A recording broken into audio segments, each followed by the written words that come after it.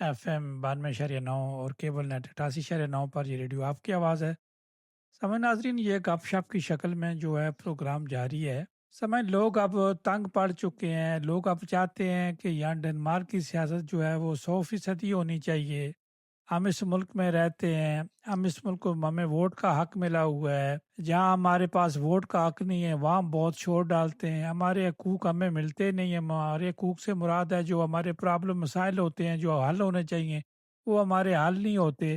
جن ممالک میں ہم رہتے ہیں وہاں کی سیاست میں ہم حصہ نہیں لیتے، ماں سوائے ڈیمانڈ کرنے کے علاوہ ہماری کوئی خواہش نہیں ہے۔ ہم تماشبین کی طرح ہر کام کرنا چاہتے ہیں، لیکن اب یہ سوچ ڈیولپ ہو گیا کہ ہمیں یہاں کی ڈنمارک کی سیاسی جماعتوں کی سیاست کرنی چاہیے، ان پارٹیوں کے اندر جانا چاہیے، کمیون کے الیکشن لڑنے چاہیے، پارلیمنٹ کے الیکشن لڑنی چاہیے، اور جس پارٹی میں کسی کا دل کرتا ہے اس پارٹی میں جانا چاہیے۔ سامعین ناظرین، ہمارے ساتھ ایک استاد ہیں، بڑے محنتی ہیں، بڑی محنت کرتے ہیں، سیاست دین سیاست بہت کھل کے کرتے ہیں، لیکن چونکہ وہ پاکستان کی سیاست میں پاکستانی سیاسی جماعت کے یہاں ڈنمارک میں چیئرمین ہے ماسٹر یعقوب صاحب، اور ہمارے ساتھی بھی جو مختلف جگہوں پہ جو گروپس میں وہ کام کرتے ہیں ان کے ساتھ بھی لگے رہتے ہیں۔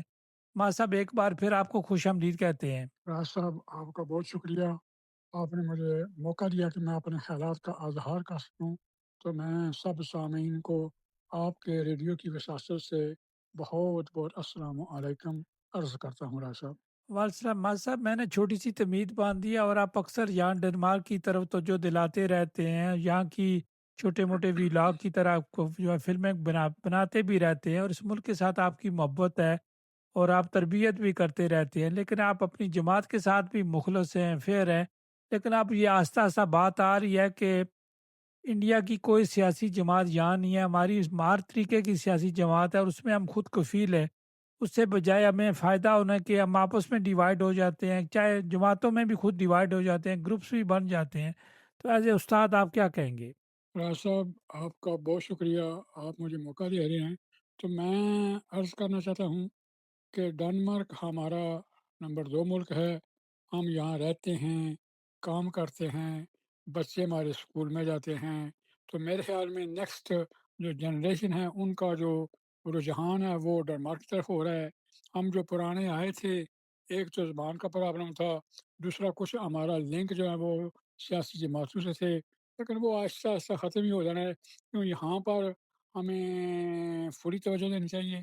یہاں پر ہمارے بچوں کا مستقبل ہے، ہمارے بچوں کا بلکہ ملک بھی یہی ہے جہاں پر انسان پیدا ہوتا ہے، پرورش کرتا ہے، اسکول جاتا ہے، جوان بنتا ہے، جوانی گزارتا ہے، اس کا سب لگاؤ اسی ملک سے ہوتا ہے۔ ہمارا جو پاکستان کے ساتھ گہرا رشتہ ہے، اس کی وجہ ہے کہ ہم نے ادھر تعلیم حاصل کی، ہم ادھر رہے، ہم ادھر گیمیں کھیلتے رہے، ہماری زمین تھی، ہماری مٹی تھی، تو ہمارا ابھی تک اس سے رشتہ ہے، بلکہ رشتہ وہ کم نہیں ہوگا۔ لیکن جو آپ نے سوال کیا ہے، بہت ہی اچھا سوال کیا ہے۔